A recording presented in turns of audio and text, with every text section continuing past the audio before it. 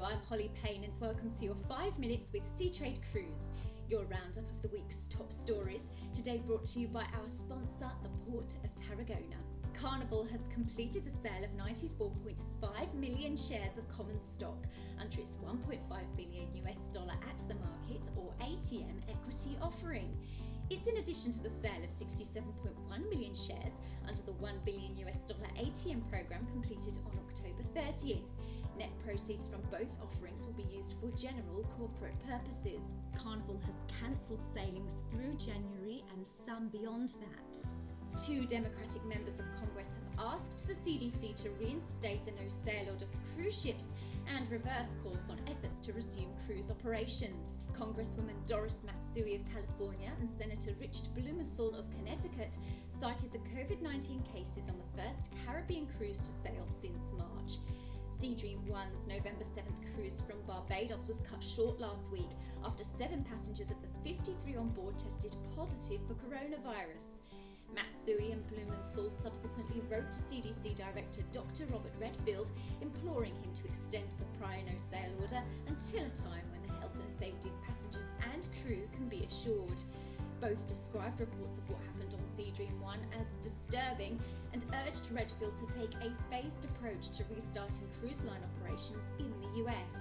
Seadream Yacht Club had required proof of a negative test prior to travel and retested everyone at embarkation.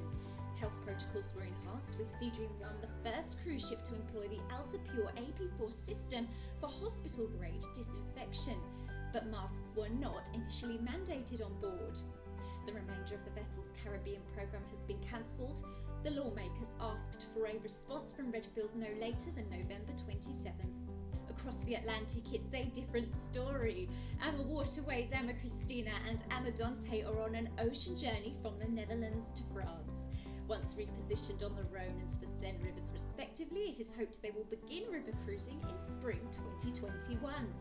This year, Christina completed a 4-month series of charter cruises on the Rhine, successfully executing enhanced health and safety protocols. With its limited 2020 program, AmaWaterways became the first US-based river cruise line to resume sailing in Europe.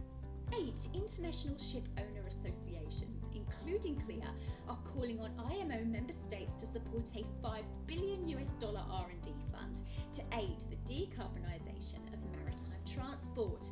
To be managed through a non-governmental International Maritime Research and Development Board, the fund would help to identify and develop new technologies that may allow commercially viable zero-carbon ships to begin operations as early as the 2030s.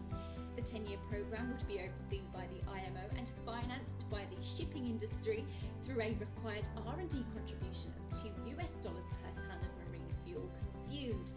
The shipowner bodies making the joint proposal, BIMCO, CLIA, ICS, Intercargo, Interferry, Intertanko, IPCA and the World Shipping Council collectively represent some 90% of the world merchant fleet. And finally, V-Ships Leisure and sister company Oceanic Catering have been selected by China's Sanya International Cruise Development for ship and hotel management of Charming, the former Sea Princess.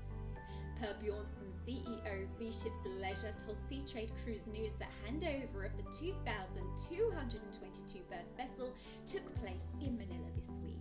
The process was mainly remote due to COVID-19 travel restrictions and preventative measures, but implementation of V-Ships Leisure's plug-and-play platforms has already begun. The handover will provide the new operator with access to V-Ships Leisure's global crew network, enabling the mobilisation of crew even during the pandemic. The vessel is expected to launch next year. Last year, V-Ships Leisure was selected to manage Piano Land, the first ship owned by China's Twinkle Travel Cruise and home-ported in Jarman. Thanks again to the Port of Tarragona, which celebrates its 150th anniversary until November 20th. Visit tarragonacruiseport.com to find out more about the gateway to the UNESCO World Heritage City and the Mediterranean, and please check out their video. Thank you for watching.